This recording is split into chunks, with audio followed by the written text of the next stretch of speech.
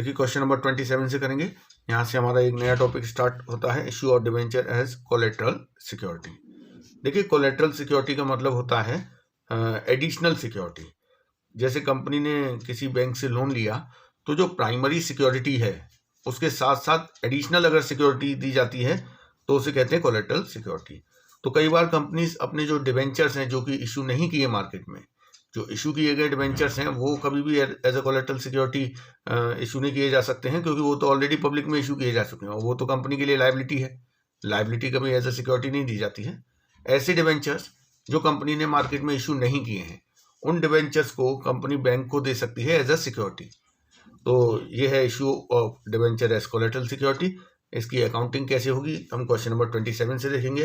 A company took a loan of ₹4 lakh from Bandhan Bank Limited and issued 8% debentures of ₹4 lakh as a collateral security. Explain how will the issue of debenture be dealt with in the books of company. तो यहाँ पर company ने एक loan लिया है 4 लाख रुपए का और बदले में 4 लाख रुपए के 8% डिवेंचर्स को as a collateral security bank को इशू कर दिया है। तो यहाँ पर एंट्री करने के दो तरीके हैं। एक तो जब कंपनी जो debentures as a collateral security issue की हैं उनको रिकॉर्ड करेगी और दूसरी कंडीशन में वो उन्हें रिकॉर्ड नहीं करेगी। तो दोनों तरीके से समझेंगे हम। पहले हम इस क्वेश्चन में ये मान के चलते हैं कि एज अ कोलेटरल सिक्योरिटी जो डिवेंचर इशू किए गए हैं उन्हें रिकॉर्ड नहीं किया गया है। तो उस कंडीशन में देखिए क्या होगा। सबसे पहले लोन लेने की एंट्री हो जाएगी। तो देखिए 4 लाख रुपए का लोन लिया गया है तो इसकी एंट्री होगी bank account DR to bank loan being loan taken from bank.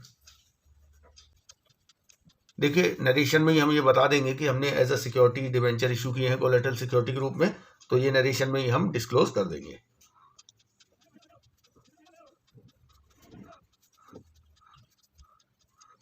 %8 debentures of ₹4 lakh issued to bank as collateral security.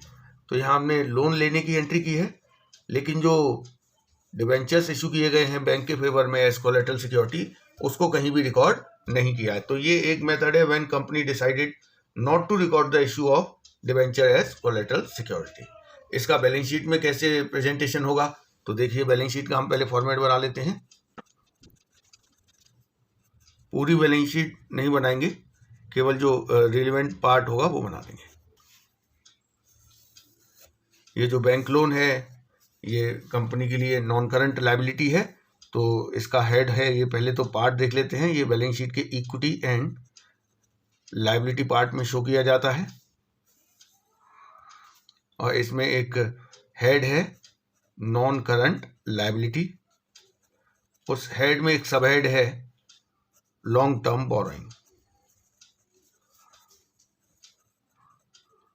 उस सब हेड में हम बैंक लोन को शो करते हैं। इसका हम नोट भी दे देंगे, नोट नंबर 1। तो इधर हम नोट्स टू अकाउंट्स बना लेते हैं।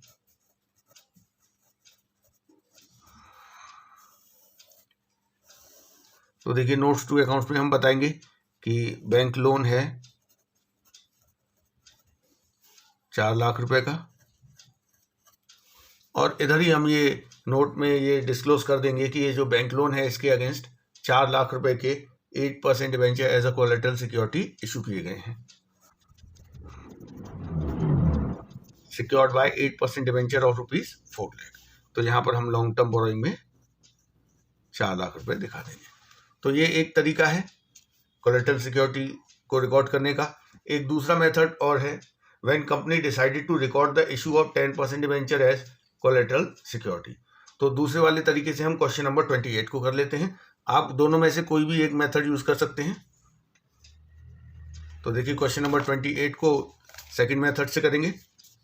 Best Barcode Limited took a loan of ₹5 lakh from a bank giving ₹6 lakh 9% debenture as collateral security. Pass journal entries regarding issue of debenture. तो पहले हम लोन लेने की एंट्री कर लेते हैं। यहाँ पर कंपनी ने 5 लाख रुपए का लोन लिया है। तो लोन लेने की एंट्री होगी bank account DR to bank loan being loan raised. कितने का लोन लिया गया है? 5 लाख रुपए का। ये तो 5 लाख रुपए का लोन लेने की एंट्री हो गई। अब हम एक और एंट्री देंगे इस लोन के लिए जो कंपनी ने debentures as a collateral security bank के फेवर में इशू किए हैं, उसकी भी हम एंट्री बताएंगे। देखिए, जब कंपनी ने 5 लाख रुपए का लोन लिया तो जो बैंक लोन नाम की लायबिलिटी है वो तो 5 लाख की ही अराइज हुई, और जो डिवेंचर इशू किए गए हैं वो केवल एज अ सिक्योरिटी दिए गए हैं, वो एक्चुअल इशू नहीं है। जो नॉर्मली डिवेंचर इशू होते हैं उनको उनसे सेपरेट करके इन कोलेटरल सिक्योरिटी वाले डिवेंचर्स को दिखाया जाता है। तो देखिए उसकी एंट्री क्या होगी,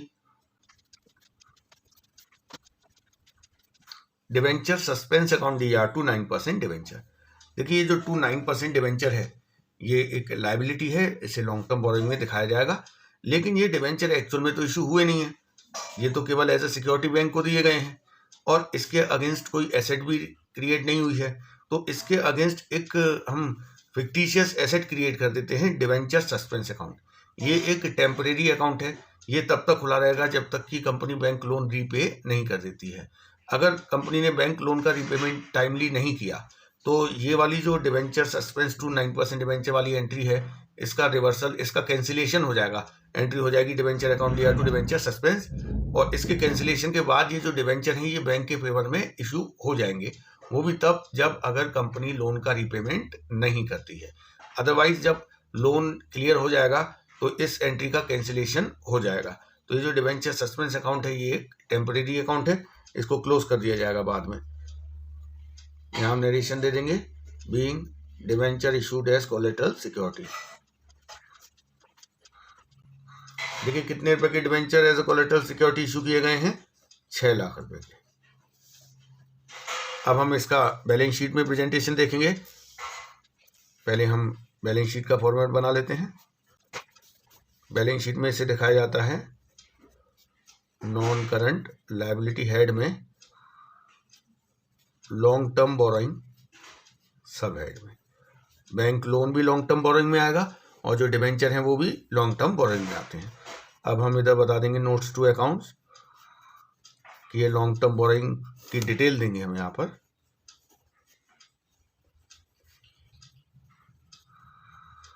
देखिए पहले तो ये जो बैंक लोन है ये कंपनी के लिए लॉन्ग टर्म बोरोइंग है, ऐसे दिखाया जाएगा। बैंक लोन है 5 लाख रुपए का। इसके अलावा जो डिवेंचर CR हुए हैं वो भी लायबिलिटी है, वो भी यहाँ पर दिखाए जाएंगे। 9% डिवेंचर कितने के हैं, 6 लाख के। देखिए ये एक्चुअल में लायबिलिटी नहीं है, कंपनी को इन डिवेंचर्स का रिडेम्पशन नहीं करना है, कंपनी को तो बैंक लोन का रीपेमेंट करना है। तो ये जो लायबिलिटी है इसके अगेंस्ट आप देखिए डिवेंचर सस्पेंस अकाउंट DER किया गया है, वो यहाँ पर माइनस कर दिया जाएगा।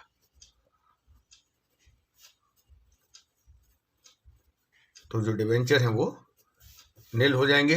तो फाइनली जो लायबिलिटी है वो तो केवल 5 लाख के लोन की ही दिखाई जाएगी लॉन्ग टर्म बोरोइंग में। तो ये एक दूसरा तरीका है कोलेटरल सिक्योरिटी को शो करने का। अब हम करेंगे क्वेश्चन नंबर 29। क्वेश्चन नंबर 29 देखिए, x limited took a loan of ₹3 lakh from IDBI bank.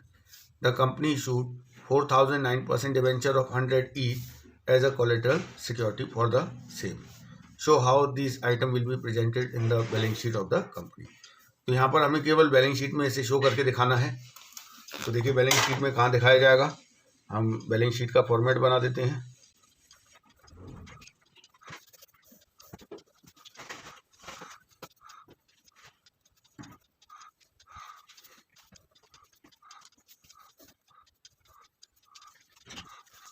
तो ये हमारा बैलेंस शीट और नोट्स टू अकाउंट्स हमने बना लिया है। यहाँ देखिए कंपनी ने लोन लिया है 3 लाख रुपए का और 4 लाख रुपए के डिवेंचर, 4,000 डिवेंचर 100 रुपये वाले as a collateral security issue किए हैं। अब यहाँ पर एक चीज़ है, हम दोनों तरीके से कर सकते हैं। हम ये भी मान सकते हैं कि कंपनी ने डिवेंचर एज कोलेटरल सिक्योरिटी को रिकॉर्ड किया है या नहीं किया है, दोनों में से किसी भी हम तरीके से कर सकते हैं।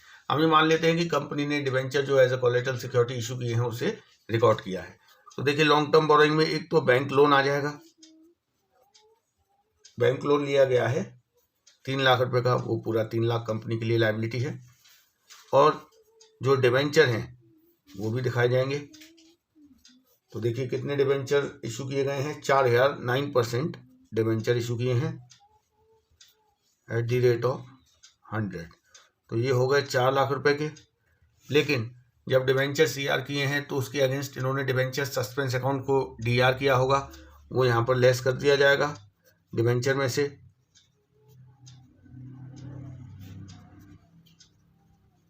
तो डिवेंचर में कोई भी अमाउंट नहीं आएगा। तो फाइनली जो 3 लाख रुपए का लोन है यही लॉन्ग टर्म बोरोइंग में दिखाया जाएगा। तो ये हो गया आपका क्वेश्चन नंबर 29। क्वेश्चन नंबर 30 देखिए। S Singh limited obtained a loan of rupees 5 lakh from State Bank of India at 10% per annum interest. The company issued rupees 7,50,000 10% debentures of 100 each in favor of State Bank of India as collateral security. Past journal entries for the above transaction. इसमें देखिए 2 case दिए हैं। When company decided not to record the issue of 10% debenture as collateral security. Second, when company decided to record the issue of 10% debenture as collateral security. तो इस question में हमें दोनों method से कोलेटरल सिक्योरिटी को दिखाना है। तो पहला मेथड है जब कंपनी ने कोलेटरल सिक्योरिटी को रिकॉर्ड नहीं किया है, तो उस कंडीशन में केवल एक लोन जो लिया गया है 5 लाख रुपए का, बस उसी की एंट्री हो जाएगी bank account DR to bank loan.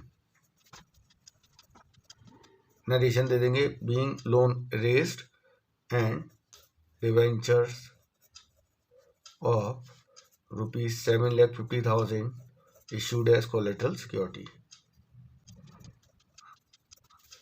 तो यहाँ पे लोन जो लिया गया है वो 5 लाख रुपए का लिया गया है। कोलेटरल सिक्योरिटी को रिकॉर्ड करना नहीं है, इसलिए हमने नरेशन में बता दिया है कि कोलेटरल सिक्योरिटी कितनी दी गई है। तो अब हम बैलेंस शीट बनाएंगे। बैलेंस शीट केवल एक्सट्रैक्ट बनेगा। इक्विटी एंड लायबिलिटी पार्ट में नॉन करंट लायबिलिटी हेड और लॉन्ग टर्म बोरोइंग सब हेड। अब हम नोट टू अकाउंट में लॉन्ग टर्म बोरोइंग की डिटेल दे देंगे।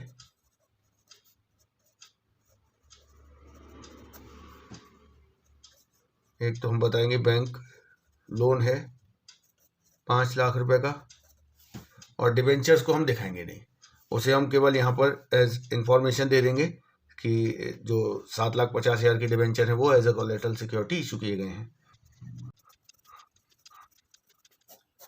तो ये हम यहाँ पर नोट में बता देंगे कि हमने 7,50,000 की debentures as a collateral security issue किए हैं। अब यहाँ पर लॉन्ग टर्म बोरिंग में 5 लाख का लोन दिखा दिया गया। तो ये तो पहला मेथड हो गया। सेकंड है when company decided to record the issue of 10% debenture as collateral security. इसमें पहले हमें बैंक लोन लेने की एंट्री करनी पड़ेगी। Bank account DR to bank loan, loan raised 5 lakh रुपए का लोन लिया गया। अब इसमें हमें जो डिबेंचर इशू किए गए हैं 7,50,000 रुपए की वो भी दिखाने पड़ेंगे। इसकी एंट्री होगी debenture suspense account DR to 10% debenture. Narration दे देंगे debenture issued as collateral security. इसे देखिए बैलेंस शीट में कैसे दिखाएंगे। पहले हम बैलेंस शीट में हेड और सब हेड लिख देते हैं। देखिए जो लोन है ये इक्विटी एंड लायबिलिटी पार्ट में आता है और इसका हेड है नॉन करंट लायबिलिटी, जिसमें कि सब हेड है लॉन्ग टर्म बोरोइंग। इसको हम नोट्स टू अकाउंट में इसकी डिटेल देंगे। इसमें हम एक तो बैंक लोन दिखा देंगे। बैंक लोन दिखाया जाएगा 5 लाख रुपए का, और डिबेंचर भी इशू किए गए हैं 10% डिबेंचर। ये जो 10% डिबेंचर हैं ये 7,50,000 की फेस वैल्यू के हैं, लेकिन ये डिबेंचर्स जो हैं वो as a collateral security issue किए गए हैं। ये कोई नॉर्मल इशू नहीं है। तो इन डिबेंचर को जब हमने सीआर किया तो इसके अगेंस्ट एक टेम्परेरी अकाउंट डीआर हुआ है डिबेंचर सस्पेंस अकाउंट, वो इसमें से माइनस हो जाएगा। तो ये जो डिबेंचर है ये नील हो जाएंगे, क्योंकि इन डिबेंचर्स की वजह से लायबिलिटी क्रिएट नहीं हुई है। लायबिलिटी इस बैंक लोन की वजह से क्रिएट हुई है, केवल वही एक्चुअल में लायबिलिटी है। 5 लाख रुपए लॉन्ग टर्म बोरोइंग में दिखा दिए जाएंगे। तो ये दो तरीके हैं जिसमें हम कोलेटरल सिक्योरिटी को प्रेजेंट कर सकते हैं बैलेंस शीट में।